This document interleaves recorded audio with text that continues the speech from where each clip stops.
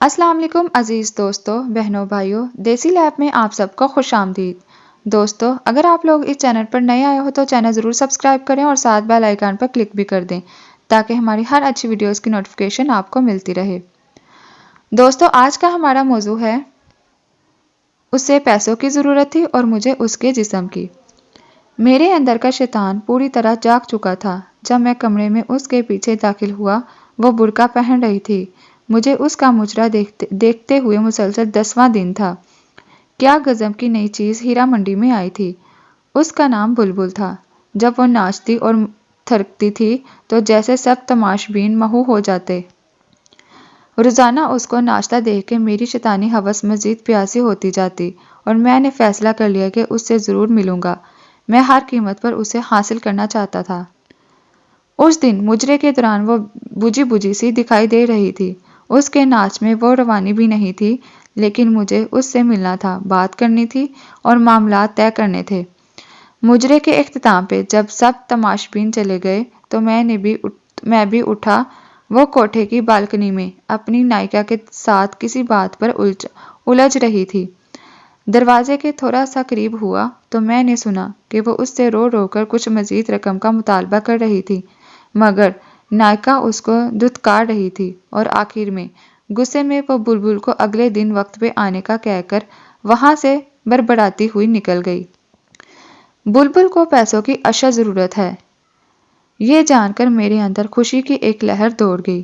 چہرے پر شیطانی مسکراہٹ پھیل گئی کہ وہ ضرورت پوری کر کے میں اس کے ساتھ جو چاہے کر سکتا ہوں۔ میں اس کی جانب بڑھا اور اس کا چہرہ دوسری طرف تھا اور وہ برقع پہن رہی تھی۔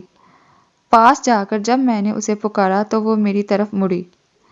اس کا چہرہ آنسوؤں سے تر اور برف کی مانند ایسے سفید تھا جیسے کسی نے اس کا سارا خون نکال لیا ہو۔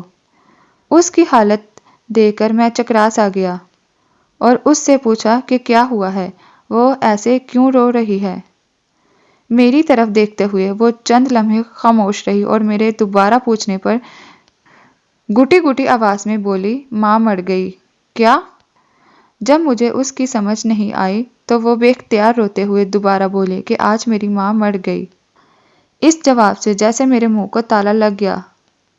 میری شیطانی ہوس جس کو پورا کرنے کے لیے میں اس کی جانب آیا تھا، مجھ سے میلوں دور بھاگ گئی۔ تو تم یہاں کیا کر رہی ہو؟ میں نے غصے اور حیرت سے اس سے پوچھا۔ کفن دفن کرنے کے پیسے نہیں ہیں میرے پاس، اس لیے میں مجرا کرنے آئی تھی، مگر نائکا آج پیسے ہی نہیں دے رہی، کہتی ہے بہت مندی ہے۔ تماشبین کوٹھے پر نہیں آتے، جو آتے ہیں وہ پہلے کی طرح کچھ لٹاتے نہیں۔ وہ کہہ رہی ہے کہ عیدی والوں سے اپنی ماں کے کفن دفن کا انتظام کروا لو۔ اتنا کہہ کے وہ برقع پہن کر کوٹھے سے باہر نکل آئی۔ میں بھی اس کے پیچھے چل پڑا۔ میں تمہاری ماں کے کفن دفن کا بندوبست کرتا ہوں۔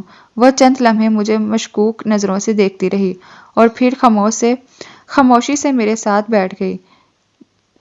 گاڑی ٹکسالی سے باہر نکالتے ہوئے میں نے بلبل سے اس کے گھر کا پتہ پوچھا۔